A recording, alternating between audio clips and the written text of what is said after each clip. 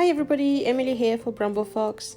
I'm here today to share with you how I came up with this little photo frame. It's a box frame that I got from Wilkinson, a UK shop. You can find something similar at Hobbycraft. Again, it's a UK shop. I'm sure you can find some similar quite around. Actually, you can find something very, very similar in IKEA. So it's something that you can find quite easily. I started by cutting off some white cardstock. I used the basil marshmallow cardstock because I didn't want to have to prep it with gesso, and I just wanted to get cracking. I knew I was going to use a little bit of watercolor, but I knew I wasn't going to use tons and tons and tons and saturate the paper, so I thought that's going to be perfect.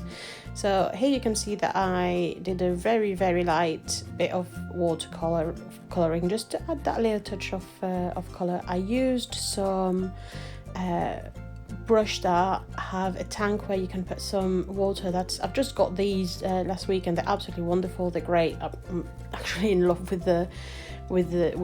I think they're fantastic. So if you don't have any, please go and get some. They're brilliant for watercoloring and for mixed media and stuff like that.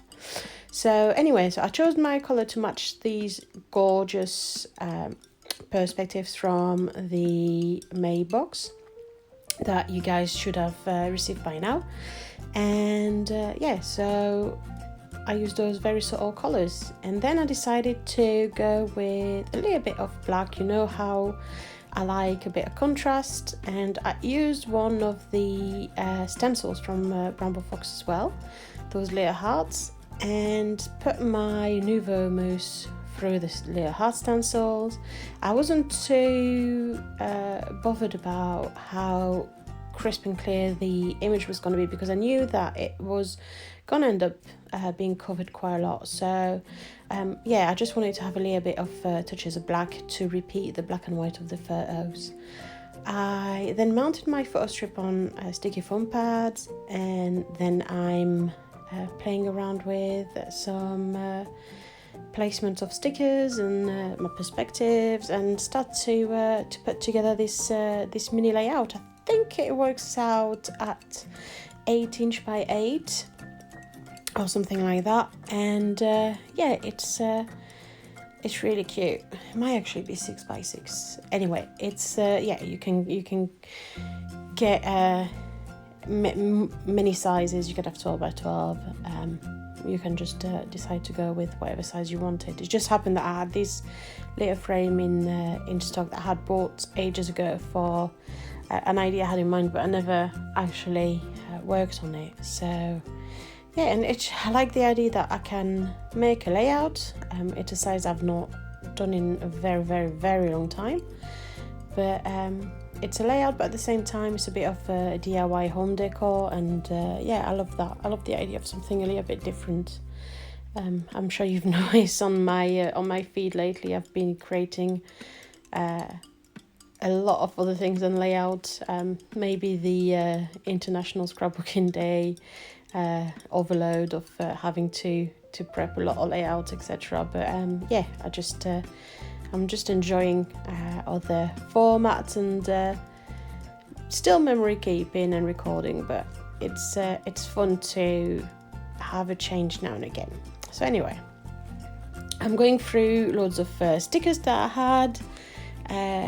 Most of them of these ones were given to me, I'm going through them and picking elements that are similar colors to my perspectives and my watercolor on the background. I'm just trying to complement it so that nothing clashes, but at the same time my perspective fits in. They don't just fully stand out, they fit in, they're part of the layout, but at the same time they're still visible, they're not swallowed by my layout. So it's trying to find that fine balance. I then went with these Alpha from Vicky Boutan's because they are fabulous to be coloured in. They haven't got that plastic cover that the thickers normally have, So you can watercolor them, you can color them to whatever color you want, and it's just absolutely perfect because you can leave them blank as they are, which I've done on many of the layouts that I've used them on, but you can then watercolor them, you can draw on them, you can do whatever you want because they are just paper on the top, and I highly recommend them if you like to make things fit for your style or your taste or your layout. So yeah, highly recommended. Love these layer thickers.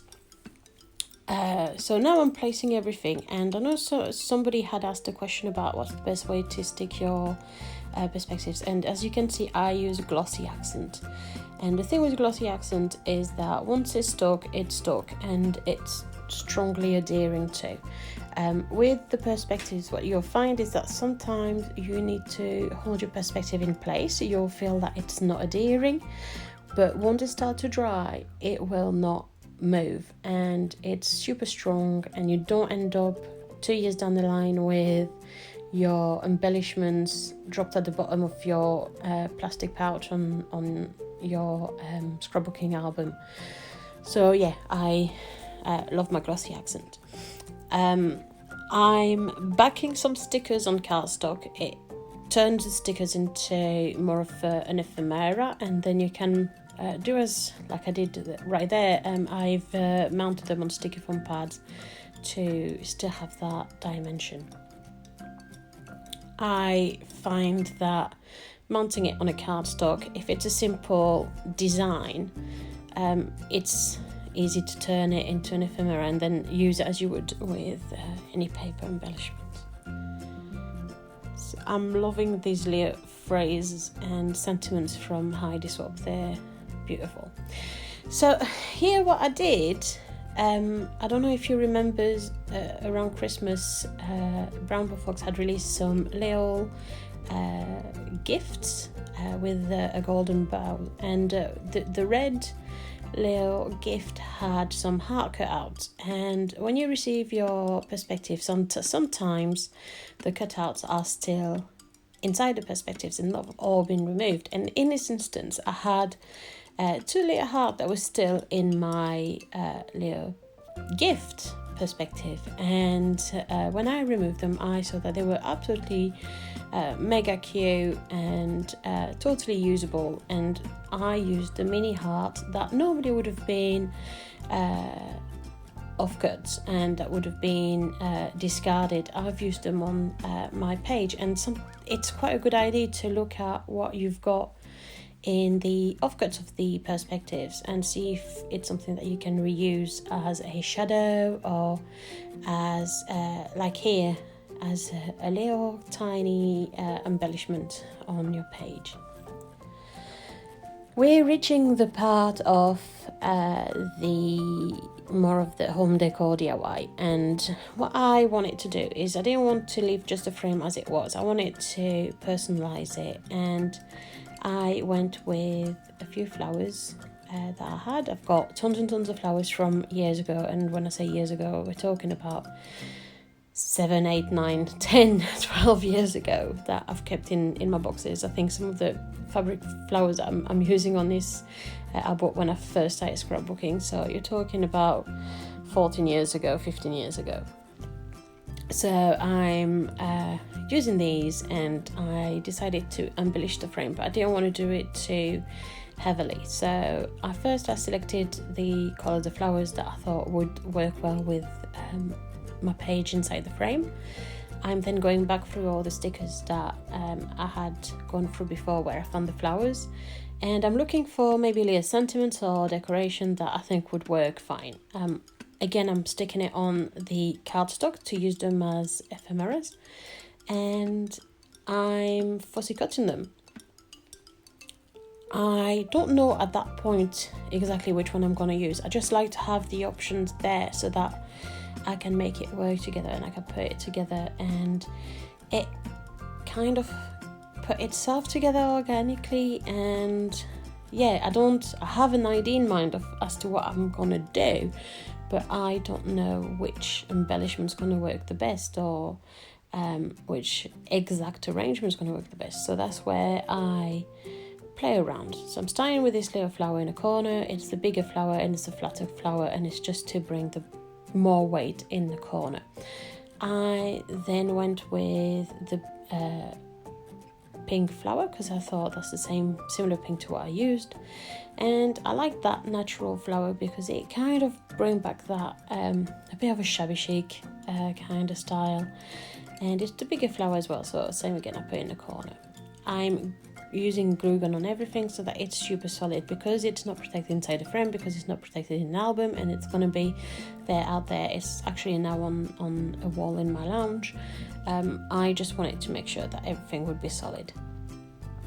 And yeah, I'm adding the last little perspectives, which is Joy, and I think it just finishes it quite nicely. A couple of more flowers in the greens from the perspective, it kind of bring back the perspective from inside that end, and it balances all the colors quite nicely together. So there we go, here's my little project for using these perspectives that I absolutely loved.